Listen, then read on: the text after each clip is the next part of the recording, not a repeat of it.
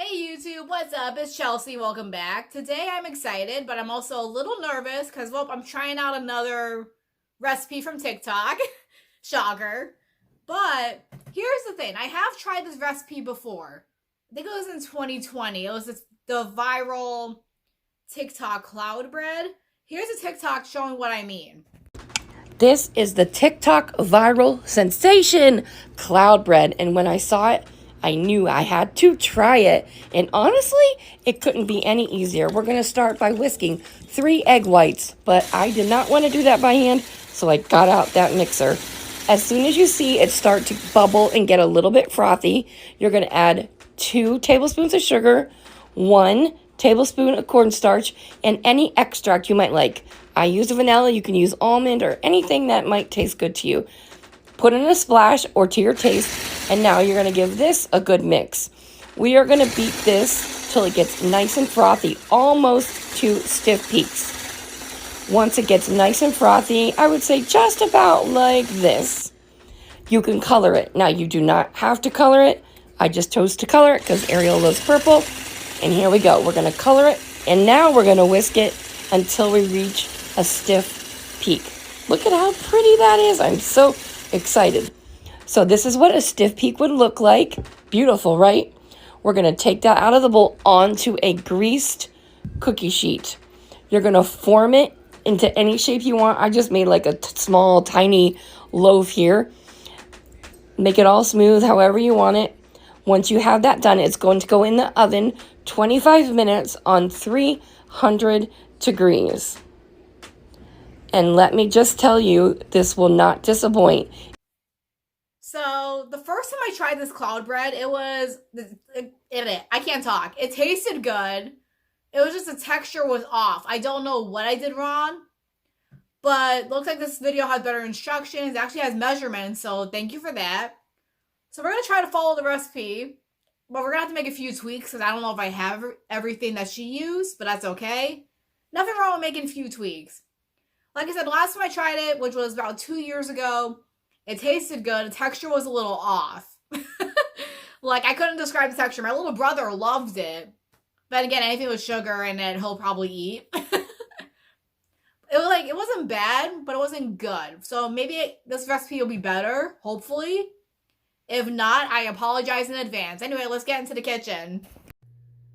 You guys know the drill. Whenever I'm baking or using my oven, the first thing I do, turn the fan on and crack open the window. You know the drill already.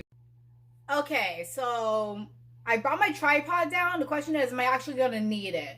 Out of all days, I decided to bring my tripod down for filming.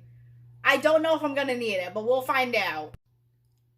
First step, unless you want to be whisking your egg whites by hand, I would recommend getting your mixer.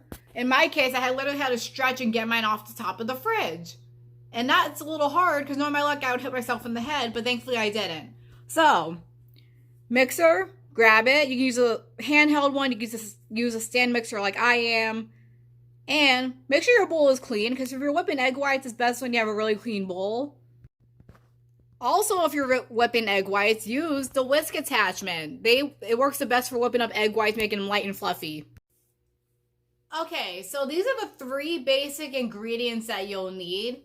3 eggs. I think it's 2 tablespoons of sugar and 1 tablespoon of cornstarch, plus whatever flavorings or mixins you want in.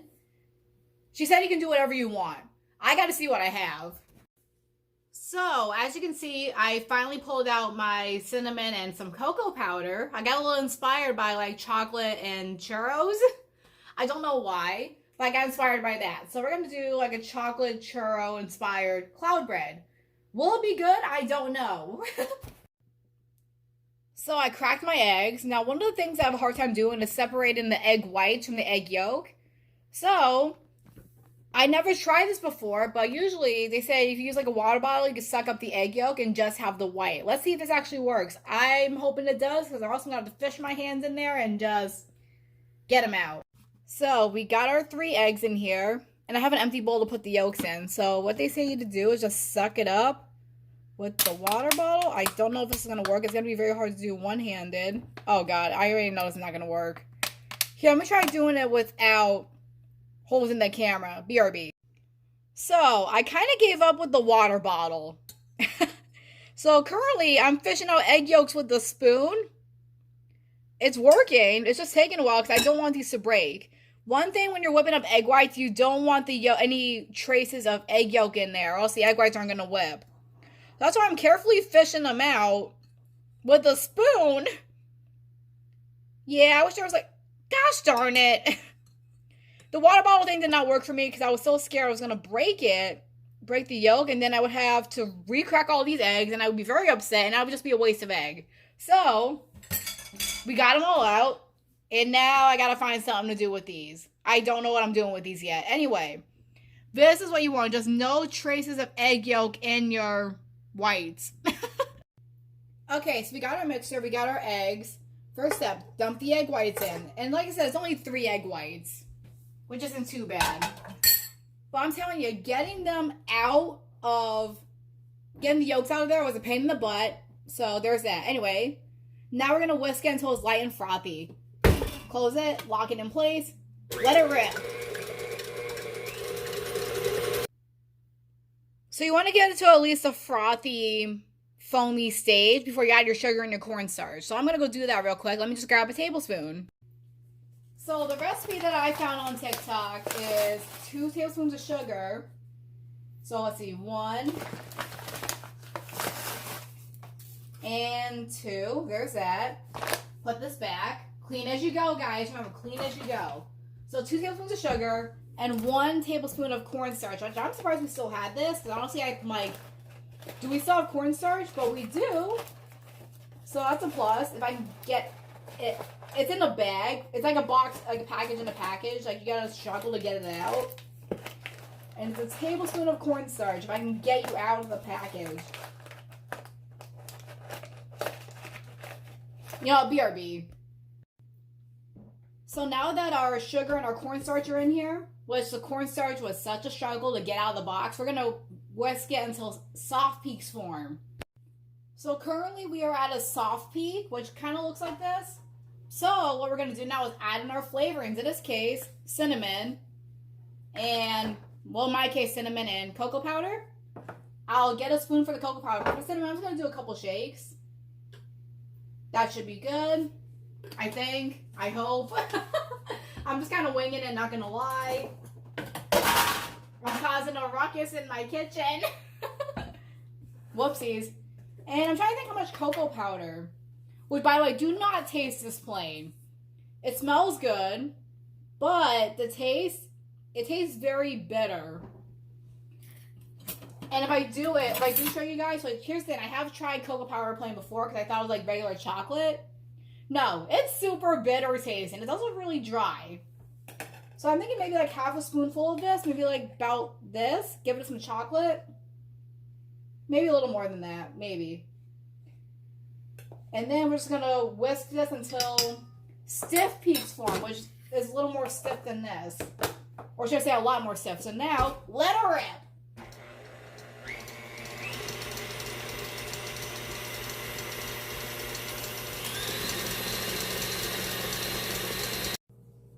Okay, so it's been a couple minutes. So what we're going to do is see if the stiff peaks form. So with the stiff peak, you want it to hold its shape. And let's see if it did that. We are in good shape. It's holding its shape. It's not moving. We're good. So this is what we're currently working with. As you can see, there's a lot of the cocoa powder just on the side. So what I'm going to do is just gently fold it in. And with folding in, I don't think I can show you guys. We're just going to go over and then just fold it over. Like over, under, and then I would say turn it, but I'm holding it by my hands. And normally, like, I drop this. But yeah, you just want to get all of that. Yeah, I guess when I was mixing it, the cocoa powder just kind of stuck to the sides a little bit, but that's okay. And I heated my oven, preheated my oven to 300. Now, when I tried this a few years ago, someone said I had my oven up too high. But I just did what the video told me, so maybe this will work better, maybe? I don't know. Let's find out. So this is what we're currently working with. It's holding its shape, so that's really good. It looks interesting. I'm trying to think. I'm thinking, you know, I'm going to add some cinnamon sugar on the top, because I did say something like churro inspired with chocolate. BRB. So I currently mixed up some cinnamon with some white sugar, and we're just gonna sprinkle this over the top, and then we're just gonna bake it. I think the video said about, I don't even know. I think it said about 20 minutes, just until it looks set, like the cloud bread has set and just looks cooked. I think it's what they said. I think I made too much cinnamon sugar, but you know what? I saved this for my brother for like, I don't know, something. I'll save it for him. Anyway, we're gonna pop this in a 300-degree oven and check in about 20 minutes. So while I'm waiting for that cloud bread to bake, I am gonna make some lunch because I am really hungry. I barely ate breakfast this morning. I guess I wasn't really hungry when I woke up, so I'm gonna make some lunch because I am starving. So here is my lunch. It's a grilled cheese, but I think I may have burnt it a little bit. It should still be good though, but this is not just an ordinary grilled cheese. I did not use regular white bread. I got creative and used garlic Texas toast, which is always a good thing. And I figured, well, let's make this a little more fancy in some way. So I did a grilled ham and cheese on Texas toast. Anyway, before I eat this, let's check the cloud bread. I don't think anything's happened yet. I don't know when to tell if this is done. Like, looks like it needs a little more time. Yeah, so I'm gonna eat my lunch and then check on it again. So here's my lunch. Like I said, I burnt it a little bit. It's a little more toasted than expected. This side's not bad. It's more so this side. But then again, I forgot to grease the pan in some way, which I didn't think was needed. I guess the pan I used wasn't really a non-stick pan. Regardless, I still got off the pan even though I was literally scraping it. So now we're going to bite into this and see how it is. Which, how can you go wrong with grilled cheese? It's a cold fall day. Grilled cheese is always good.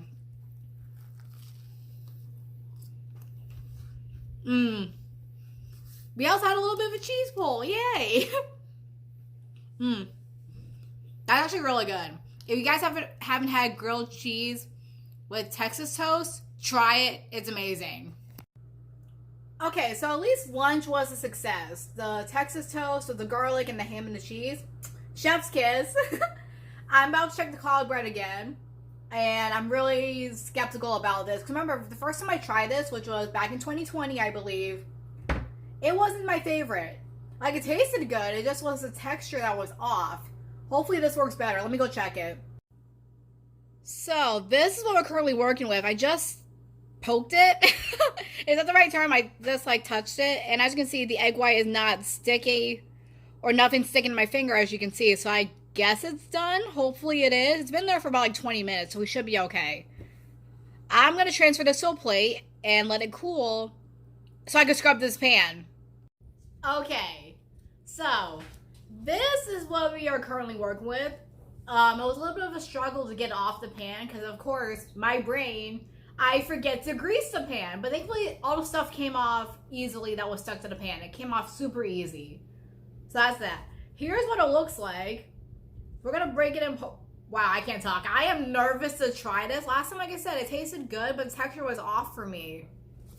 Let's see if this works better. Maybe cooking it at a lower temperature will be better. So we're going to break this apart and see what happens. So I'm about to break it apart, and I'm wondering if this is done all the way. Is this supposed to be wet in the middle? It's been here in the oven for quite a while. That's why I'm like, is it supposed to look like this? Like, the outside's firm, but, like, the inside's kind of soft and wet. It's wet. I am so scared now. Yeah. And some of the residue from the pan stuck to my fingers, but that's okay. It doesn't smell bad. It smells like chocolate with a hint of cinnamon. It doesn't smell bad, but I'm just scared about the texture. Like, it's, like, firm on the outside. As you can see, I'm poking it. But on the inside, it's soft and squishy. Okay, we're gonna try this. Hold on. Oh, I'm nervous. Okay. I hope I don't throw this up on camera. So much of this sticking to my finger. I think it's just like mixed up cinnamon sugar. Anyway. 1, 2, 3.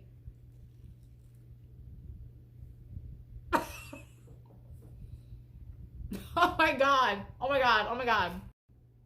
Okay, so after recollecting myself a little bit, it tastes really good. It tastes like the chocolate and the cinnamon. You taste that, so that's a plus.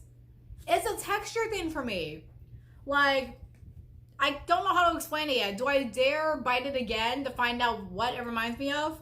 I shall bite it again, even though I don't want to. No. I don't know how I feel about that. It tastes like, you guys are gonna think I'm so dramatic. It tastes like cinnamon chocolate scrambled egg whites. Like if you like make like scrambled egg whites or something. It has the texture of scrambled eggs mixed with chocolate and cinnamon. That's what it reminds me. You guys are gonna think I'm so dramatic, but I'm being dead serious. Like, it tastes like a chocolate cinnamon scrambled egg. And that's something that, those are words I never thought I put together. Oh my God. So, as you can see, I am back in my room now. I finished cleaning up the kitchen, which is good. That was a journey. That was seriously a journey. Like, I was hoping like, oh, maybe it'll be better. Maybe it'll be better this time around. Maybe I'll learn from my mistakes. No, it had the same texture as it did last time. How I remember that from 2 years ago, I don't know. It tasted really good. That's the sad thing. It tasted really good. The texture was just like a chocolate cinnamon scrambled egg, which again, are words I never thought I would say. Yeah, chocolate cinnamon and scrambled eggs is just something you never want to hear. So, taste-wise, it's good. Texture, unless you want to eat like dessert flavored scrambled eggs, go for it. Oh man, this is such a buzz. And I know my family's not going to eat it, so I had to throw it away. So that's a bummer. Yeah, I don't think they're going to be interested in chocolate cinnamon scrambled egg cloud bread. Anyway, so, oh, my rain gauge, my bad. Taste is good. Texture, not so good. So honestly, I'm going to have to go very low on the scale. I'm going to have to give it a 3, which is pretty low. I am so sorry. It's just me maybe, because maybe it's just a texture thing for me. I don't know. Regardless, I hope you guys enjoyed this video. If you did, give it a thumbs up, hit the subscribe button, also hit that notification bell so you know when I upload. Check me out on my social media accounts. My usernames will be down below. Love you lots. See you next time. Bye-bye.